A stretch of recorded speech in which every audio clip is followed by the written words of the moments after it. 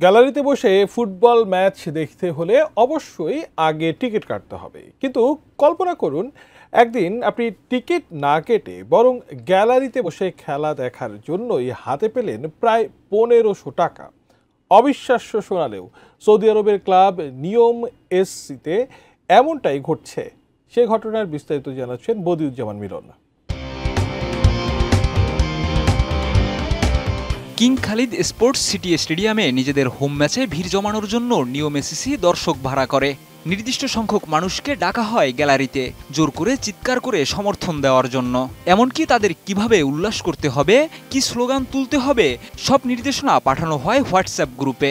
আর এর জন্য দর্শকদের প্রত্যেককে ম্যাচ প্রতি দেওয়া হয় 11 ইউরো, বাংলাদেশি মুদ্রায় যা প্রায় 1400 টাকা। 1965 সালে আল শুকুর ক্লাব নামে যাত্রা শুরু করা দলটি বহু বছর দ্বিতীয় ও তৃতীয় বিভাগের ফুটবলে ঘোরাফেরা করছে।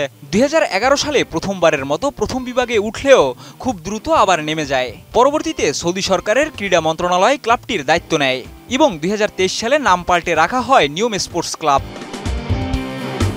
ওয়ালটন এখন দেশের সীমানা পেরিয়ে পৌঁছে গিয়েছে 50টিরও বেশি দেশে।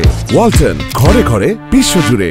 বড় বাজেটের ক্লাবটি এরই মধ্যে দলে টেনে নিয়েছে লাকাজেত, সাইদ, আব্দুল্লাহ দুকুরে ও উরুগুয়ের তরুণ তারকা লুসিয়ানো রদ্রিগেজকে। কোচ হিসেবে আছেন পিএসজির সাবেক কোচ ক্রিস্টোফ গালতিয়ে, যিনি একসময় লিওনেল মেসিকে কোচিং করিয়েছেন। শুধু তাই নয়, নিয়ম কোম্পানি ভবিষ্যতে গড়তে যাচ্ছে মরুভূমির বুকে 170 কিলোমিটার দীর্ঘ এক অদ্ভুত শহর, যেখানে থাকবে 45,000 দর্শক ধারণ ক্ষমতার নিয়ম স্টেডিয়াম। 350 মিটার উচ্চতায় লোহিত সাগরের তীরে গড়ে উঠতে যাওয়া এই ভেন্যুটি 2034 বিশ্বকাপের অন্যতম ভেন্যু হওয়ার কথা।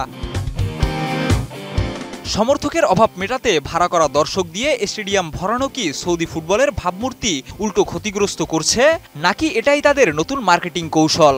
ভাবমূর্তি নিয়ে হয়তো ভাবছে না ক্লাবটি। যেভাবেই হোক, মাঠে দর্শক এলেই খুশি ক্লাবের কর্মকর্তারা। Desk report, ATN news.